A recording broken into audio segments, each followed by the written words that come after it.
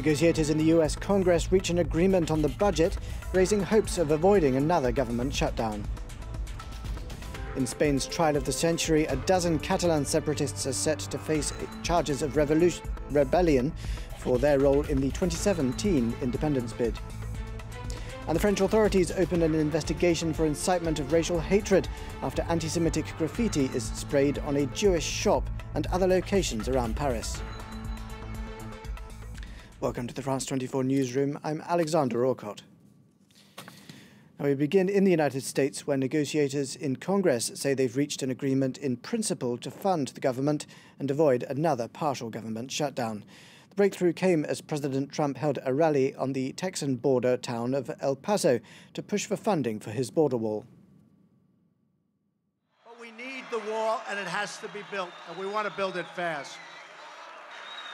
And there's no place better to talk about border security, whether they like it or not, because I've been hearing a lot of things, oh, the wall didn't make that much of a difference. You know where it made a big difference? Right here in El Paso. A few minutes ago, I spoke to Lauren Gambino from The Guardian newspaper, who told me what the main sticking points have been in the talks. The sticking points, they included the wall, funding for Donald Trump's wall. He has continued to insist that he wants a wall, and Democrats were very opposed to it. But actually, most recently, one of the major sticking points was a demand by Democrats to limit the number of, to put a cap on the number of beds that the immigration enforcement services could have. And so they wanted to bring that number down as an effort to sort of rein in Donald Trump's really aggressive immigration enforcement policies. That became a major sticking point. We saw Republicans try to slam this as a poison pill. We saw a lot of pushback from both the president and Republicans today. It looks like they've been able to overcome that through a compromise. And as well, they've allotted some funding for border barriers. A lot of this comes down to semantics. They're not calling it a wall, they're calling it a barrier. Well, Donald Trump is probably the biggest obstacle to this. Does he sign something? He's demanded $5.7 billion. The broad outline of this agreement does not include that kind of money for a border wall. It includes much less, about $1.3 billion, $1.4 billion. So that's significantly less than he's asking for. So does he sign this agreement to avoid another shutdown, which was so disastrous for his own standing, for his administration, and for Republicans? Or does he refuse this deal and say nothing short of what I demanded? So he's, I would say, probably the biggest obstacle at this point. Of course, it would need votes in both the House of Representatives and the Senate before getting to the president's desk, so there could be some obstacles there as well. But I think overall, lawmakers have expressed sincere desire to avoid another shutdown. Now, we're still 21 months out from the US election, but there's already a crowded field of Democratic candidates looking to take on Donald Trump. The list for 2020 is shaping up to be one of the largest and most diverse ever, with 5 of the candidates so far hoping to become the first female president in US history. For more details, here's Eliza Relman from the Business Insider website. Things are shifting quite rapidly, I think, in the United States in terms of how women are participating in politics. A record number of women won congressional races last year, and more women now serve in Congress than ever have. So there is a shift happening, and I think it's both in reaction to Donald Trump being president and also to Hillary Clinton's loss in 2016. The polling is still uncertain because it's so early in the race. There's still, a year and a half until the Democratic National Convention. So we have a long time and a lot of campaigning until that's decided. But there are, as you said, 5 women so far running. And so the chances are higher than ever that a woman could win the nomination. And it's a historic number of women running. The government of Venezuelan President Nicolas Maduro has started distributing food parcels for the for the equivalent of 10 US cents each to hundreds of people on the Colombian border as it tries to head off a demand by opposition leader Juan Guaido to bring US supplies into the crisis-hit country.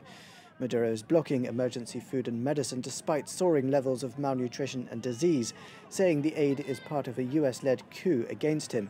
Let's listen now to some of the residents. I think that more than humanitarian aid, we need the economic sanctions to be lifted. Because it isn't useful that you come to my country to give aid, but tomorrow you set up a barricade and won't let me go to your country. It would be a lie to say that there's medicine and food here. That's a lie. We need the aid. Please. We need you to collaborate because we are supporting the government and we are against the American gringos that want to steal our country. Shamefully, there are unpatriotic people here who aren't selling their country away, they're giving it away. Well, Juan Guaido is now recognized by dozens of nations as interim president of Venezuela and has sent envoys to Colombia and Brazil to try and coordinate the delivery of aid into the country. The international community, 40 countries, have recognized the government of President Guaido. Of course, we need more support, not only from governments, but also from the people, to bring an end to the usurpation, to achieve a transitional government, and a call for elections at a determined time. The trial of the century for Spain begins this Tuesday with a dozen Catalan separatists facing charges of rebellion linked to an outlawed independence referendum in 2017. The start of the trial, which will be broadcast live, coincides with the Spanish Prime Minister Pedro Sanchez seeking the support of Catalan separatist parties to pass his budget. The impartiality of the Spanish Supreme Court will be in particular focus in a case that's polarised opinion. France 24's Madrid correspondent Sarah Morris sent us this update.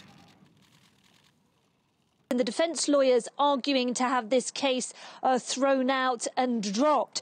As you mentioned, the defence lawyers on behalf of those former Catalan ministers and activists are arguing that this is a political court, it's a political trial, it's a vendetta. And the prosecutors will argue in this case that this is or was a perfectly planned and orchestrated attempt to break the region away from the rest of Spain, that it started off before that October the 1st referendum and then the declaration of independence. We might see some of the independents, some of the defence lawyers say that that was just a bluff, that it was a symbolic declaration, but we can expect months of arguments, about 3 months of arguments, and then the judges, 7 of them, will have to go away and draw up a very careful decision. Vast crowds have taken to the streets of Tehran as they marked the anniversary of the Islamic Revolution. 4 decades after the US-backed Shah was toppled, France 24's Adel Gastel sketches out Iran's allies and antagonists, narrated by Cami Nedelek. The Islamic Republic of Iran is now 40 years old. Its theocratic leadership merges religion and politics. This Shiite country has long worried some world powers, including the US, which accuses Tehran of developing a military nuclear program, and because of its regional influence, especially after the 2003 invasion in Iraq. Iran flexes its muscles against the mainly Sunni Saudi Arabia. Riyadh accuses the republic of supporting the Houthi rebels in Yemen.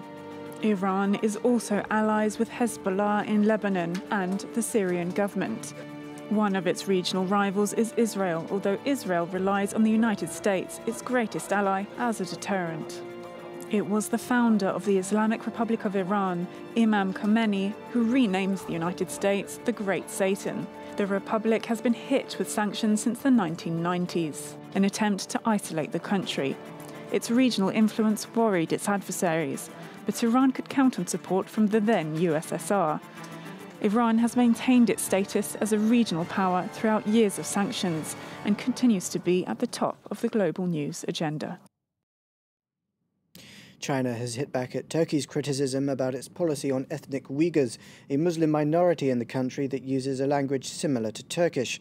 Beijing has refuted Ankara's claim that a prominent poet had died in Chinese custody, sharing a video which it said proved that the man is still alive. For more on this, here's Yuka Roya. Whether he knows it or not, This man is at the heart of a diplomatic spat between China and Turkey. The Turkish Foreign Ministry claimed that Abdurrahim Hayit, a Uyghur poet and musician, had died in Chinese custody after being sentenced to 8 years in jail for one of his songs. Its statement on Saturday also made a series of strong-worded criticism against China's treatment of Uyghurs, the predominantly Muslim minority who share ethnic and linguistic roots with Turks. It is no longer a secret that more than 1 million Uyghur Turks, incurring arbitrary arrests, are subjected to torture and political brainwashing in internment camps and prisons. The reintroduction of internment camps in the 21st century and the policy of systematic assimilation against Uyghur Turks carried out by the authorities of China is a great shame for humanity. China quickly responded, posting a video in which a man, supposedly Hayit himself, gave Sunday state and stated he was in good health. Its foreign ministry spokesperson also accused Turkey of double standards.